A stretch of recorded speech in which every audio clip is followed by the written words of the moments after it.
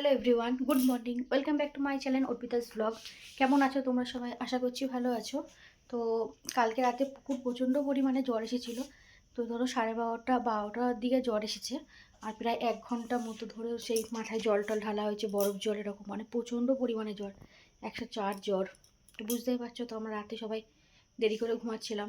তারপরে এখন একটু ঠিক আছে, মানে রাতে তারপরে জ্বরটা আসেনি। যখন জ্বর 100 মতো এলো, তারপর সব আমরা শুতে টুতে গেলাম, মানে তখন জ্বরটা তো ছেড়ে গেছিলো। আর 100 জ্বর তো মানুষের শরীরে এটা নর্মাল। তো এখন হচ্ছে সকাল 8টা 15 বাজে। এখন আবার ওর ব্লাড নিতে আসবে, কেন কতগুলো টেস্ট করতে দিয়েছে। দেখো আমি বিছানাটা গুছিয়ে নিয়েছি, এখনও ঘরের জানলাগুলো খুলিনি। চলো জানলাগুলো খুলে দিই। আর আমাদের এখানে না মনে হয়, আমরা তো আজকে উঠলাম 7:30টার দিকে, মনে হয় বৃষ্টি হয়েছে, মানে বেশি জোরে না, হালকা হালকা বৃষ্টি হয়েছে। এই জানলাটা খুলে দিলাম। তো আজকে আর স্নান করিনি, তাহলে আজকে পরে স্নান করবো। এখন বাসি শাড়িটা ছেড়ে নিয়েছি, রান্নাঘরে যাব, আজ একটু বেলা করে স্নান করবো।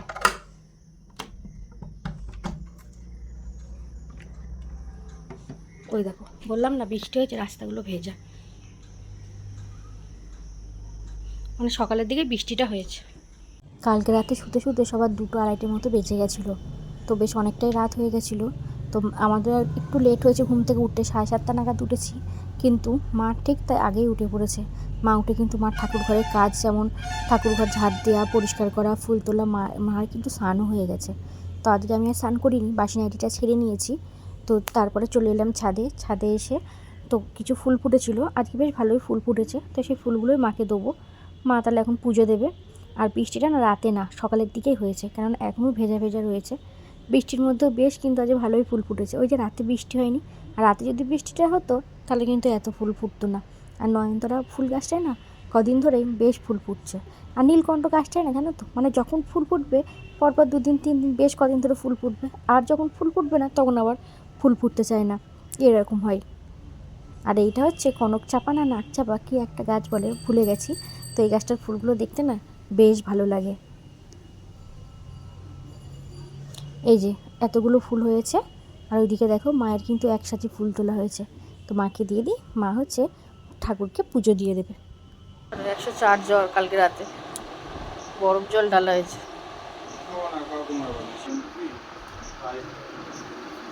ম্যালেরিয়া দিয়েছে, টাইফয়েড দিয়েছে, আর ইনফেকশনের জন্য সিআরপি আর সিবিসি আর ইউরিন আর এইচএস।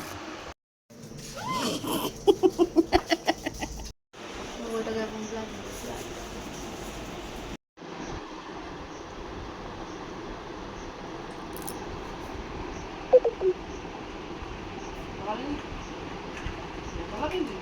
আরেকবার হলেই তো আবার বরফে চলে যাবা।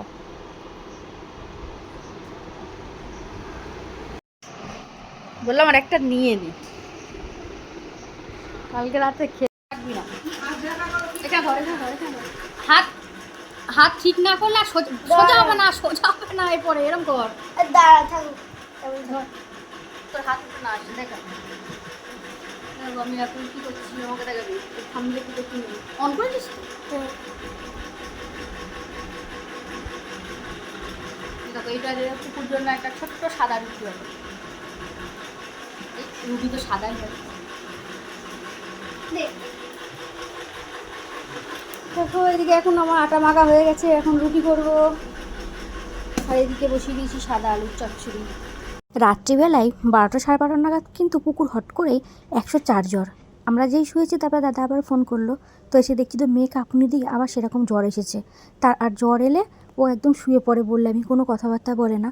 তারপরে তাড়াতাড়ি করে সব মাথায় জল ঢালালো, প্রায় 1 ঘন্টা ধরে রাতেরবেলায় কিন্তু জল ঢালা হয়েছে। মানে কলের থেকে ঠান্ডা জল নিয়ে জল ঢালা হচ্ছে, তাও কিন্তু জ্বর নামছে না, মানে 103, 2.5 এরকম। তারপরে লাস্টে ফ্রিজের থেকে মানে বরফ নিয়ে বরফ বার করা হয়েছিল, ওই বরফ বার করে জলের মধ্যে দিয়ে সেই জল মাথায় ঢালা হয়। তারপর অনেক পরে আস্তে আস্তে কিন্তু গিয়ে ও জ্বরটা কমে। রাতে যে জ্বর এসেছিল তারপরে কিন্তু সকাল থেকে আর জ্বর আসেনি। তো এখন সকালটা বেশ ভালোই রয়েছে। তো মাঝে তো একটা দাদা এলো, দাদাটা এসে ব্লাড নিয়ে গেল। আর ব্লাড নিতে না ও কিন্তু একটু কাঁদিনি। অনেকে বাচ্চা আছে না যে ইঞ্জেকশন দেখলে ভয় পায়, দিদিভাই ভয় পায় খুব। দিদিভাই ওকে কোলে করে নিয়ে বসেছিল ঠিকই, কিন্তু দিদিভাই হচ্ছে ইঞ্জেকশন দেখে প্রচণ্ড পরিমাণে ভয় পায়। তো ও কাঁদিনি, ভাবলাম যে কাঁদবে। তো আজকে হচ্ছে একাদশী, মায়ের জন্য রুটি আর সাদা আলুর তরকারি করেছি। তাই পুকুকে বললাম যে পরোটা খাবে কিনা, কেননা ও সাদা আলুর তরকারিটা খুব বেশি পছন্দ করে। আর যেই শুনেছে সাদা আলুর তরকারি আর তখনই বলে যে তাহলে পরোটা খাবে। জ্বরের মুখ তো বাচ্চা, বড়োদেরই ভালো লাগে না, তাই ভাবলাম আজ ঝালটা একটু কম দিই। তো ঝালটা একটু কম দিয়ে সাদা আলুর তরকারি করেছি আর তার সাথে পরোটা করছি। কেননা দাদা রুটিটা খুব একটা ভালোবাসে না, তাই পরোটা করলাম দাদার জন্য আর পুকুর জন্য। আর ওইদিকে হচ্ছে দিদিভাই দেখো কিন্তু সবজি কাটতে বসে পড়েছে। তো এদিকে কিন্তু সাদা আলুর তরকারি রেডি হয়ে গেছে। তো সাদা আলুর তরকারি তোমাদের কেমন লাগে কমেন্ট করে জানিও। আর পুকুর জন্য ছোট্ট একটা রুটি কিন্তু গোল করে দেখো গোল পরোটা করেছি। তো এদিকে হচ্ছে চিচিংড়াটা ভাজতে বসিয়ে দিয়েছি। আর আজকে আমরা সকালে খাবো হচ্ছে ভাত ভাজা। কালকে রাতে বেশ অনেকগুলো ভাত ছিল, ভাতগুলো আর জল দিইনি, তাহলে অনেকদিন তো ভাত ভাজা করা হয়নি। তো আলু দিয়ে গাজর, ক্যাপসিকাম, বিনস আর ডিম ভেজে একটু ভাত ভাজা করেছিলাম। বলো ভাতটা কেমন হয়েছে? তো ওইদিকে তোমাদের দাদা ভাইকে দিলাম, আমি আর দিদি ভাই তিনজন মিলে হচ্ছে সকালে ভাত ভাজা খাবো। মায়ের হচ্ছে একাদশী, মা রুটি খেলো, দাদা ওইদিকে পরোটা, পুকু ওইদিকে পরোটা খেয়েছে একটা। আর ভাত ভাজা দেখ খেতে কিন্তু বেশ ভালো হয়েছিল, আসলে অনেক দিন বাদে খাওয়া হচ্ছে তো এই জন্য। আর ভাত ভাজাটা নামানোর সময় না একটু ধনেপাতাও দিয়ে দিয়েছিলাম। আর এটা দেখবে শীতকালে কিন্তু একটু খেতে বেশি ভালো লাগে। তো চলো এখন খাওয়া দাওয়া করে নিই, তারপরে রান্না বান্না হবে।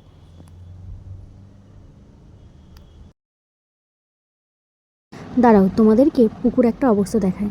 সকালবেলায় ওই যে ব্লাডটা নিয়ে গেছিলো, তারপরে হাতে কী বেশ একটা লাগিয়ে দেয়, ওটা ঠিক একটা মনে পড়ছে না। সেই থেকে হাতটা না পুরো একদম সোজাই করে রেখেছে, মানে বলছি যে হাতটা ঠিক কর, কিন্তু না, হাত ওভাবেই রেখে দিয়েছে।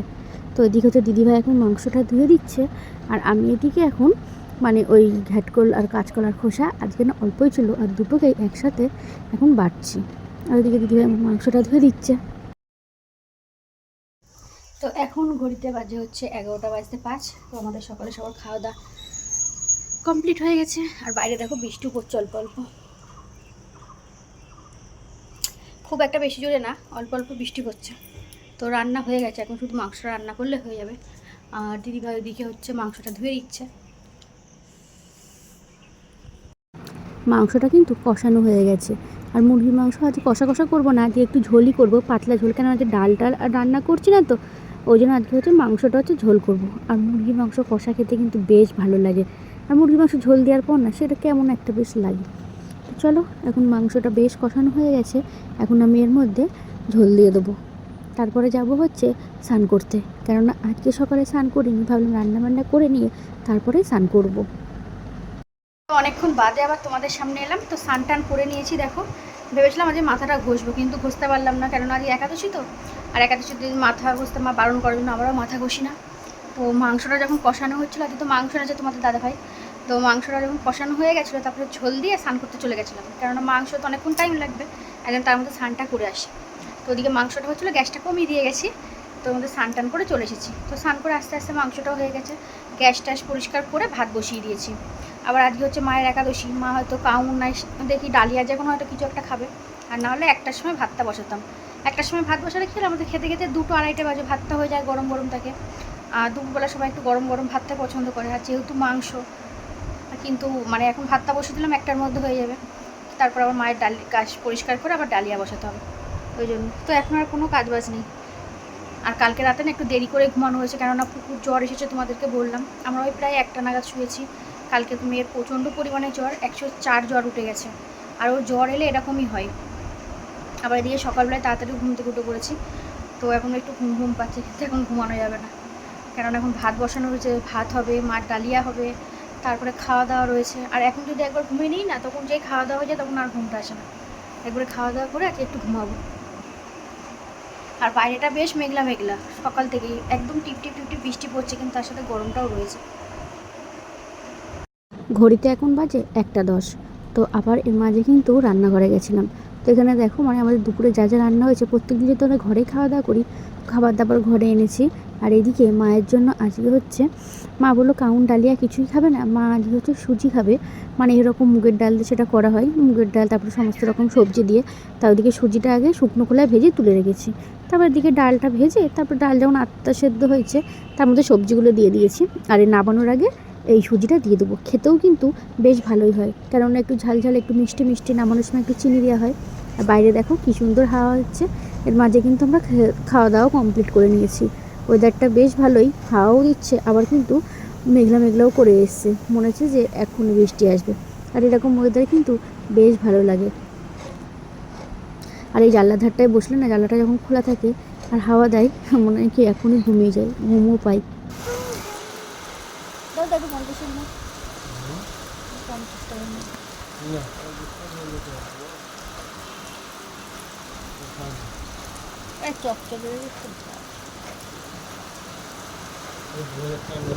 সন্ধে প্রায় এখন 6:30 মতো বাজে। তো চলে এলাম আবার তোমাদের সামনে। তো এর মাঝে আর কোনো ভিডিও ক্লিপস নিইনি। তো সন্ধ্যাবেলায় মানে বিকালের দিকে ঘুম থেকে উঠেছিলাম ওই 5:45 নাগাদ, কেননা বৃষ্টি হয়েছে তো। আর এখন 6টা বাজতে না বাজতেই মনে হয় সন্ধে। আর যেদিনটা বৃষ্টি হয় না সেদিনটা 6টার সময় তো প্রচণ্ড পরিমাণে রোদ। পুকুর যেহেতু শরীর খারাপ শুনেছে, ওই জন্য ননদ তারপরে হচ্ছে মাসি শাশুড়ি সবাই মিলে কিন্তু দেখতে এসছে। ওদিকে সবাই আমাদের ঘরে বসে চাটা খাচ্ছে, আর এইদিকে পুকু আর এদিকে মানু দুজনা মিলেই হচ্ছে দেখো এখন খেলাবাটি নিয়ে খেলতে বসে পড়েছে। আর এগুলো সেই ক্লে যেগুলো হয় না, তো এইগুলো দিয়ে পুকু আবার লুচি বানিয়েছে। তারপরে এদিকে মানু ভাজছে, মানে ছোটোবেলায় যে আমরা যেগুলো খেলা করতাম হচ্ছে নারকেলের যে মালাইগুলো থাকে, মানে বাটিগুলো দিয়ে, আমরা তো নারকেল কোরানোর পর ওইগুলো ফেলতাম না, তো সেগুলো দিয়ে কিন্তু আমরা খেলনা বাটি বানিয়ে খেলতাম। তো সেগুলো এখন পুকু হচ্ছে এগুলো রয়েছে, কিনে এনেছিলো দাদা অনেক দিন আগেই, তোমাদেরকে এর আগেও দেখিয়েছি। আর এদিকে দেখো পুকু এখন হচ্ছে এটা দিয়ে এখন লাভ শেপে বলছে 3তলা এখন কেক বানাবো, দিয়ে দুজন বোন মিলে এখন হচ্ছে কেক কাটিং করবে, মানে ওরা হচ্ছে খেলাবাটি খেলছে। আর দেখেছো কত ছোট ছোট একদম রুটি বেলা হচ্ছে, বেলুনি চাকি, এগুলো দেখলে কিন্তু নিজেদের ছোটোবেলার কথা খুব মনে পড়ে যায়, কেন ছোটোবেলায় আমরাও কিন্তু এইভাবেই ঠিক খেলা করতাম। মা ওইদিকে চা খাচ্ছে, তাই এদিকে আমি চলে এলাম ঠাকুর ঘরে সন্ধে দেওয়ার জন্য। সন্ধে দিয়ে কিছু অনেকক্ষণ হয়ে গেছে, এখন হচ্ছে ঠাকুর শয়ন দেবো। ওপরে তো দেখলে পুকু আর মানু খেলা করছে, আর ফোনটা আমাকে ধরে দিয়েছে হচ্ছে সৌরভ, মানে দিদি ভাইয়ের দিদির ছেলে। তো সৌরভকে বললাম একটু ফোনটা ধরে যে আমি একটু গোপালকে শয়ন দেবো, তো দেখাই, তো ফোনটা ধরে দিচ্ছিল। ও এইবার হচ্ছে দেখো এখন গোপালকে শয়ন দেবো, ওই জন্য শোয়ার আগে কিন্তু মানে গোপালের চুল, তারপরে চুড়ি, বাঁশি, হার, এগুলো সমস্ত খুলে রাখা হয়, খুলে রেখে তারপরে গোপালকে শয়ন দেওয়া হয়। চলো আজ এই ব্লগটা আমি এখানেই শেষ করি। ব্লগটা তোমাদের কেমন লাগলো কমেন্ট করে জানিও, যদি ভালো লাগে তাহলে লাইক, কমেন্ট ও শেয়ার করে দেবে। আবার পরবর্তী একটা ব্লগে তোমাদের সঙ্গে দেখা হবে। সবাই ভালো থেকো, সুস্থ থাকো, এখনকার মতো টাটা, বাই বাই।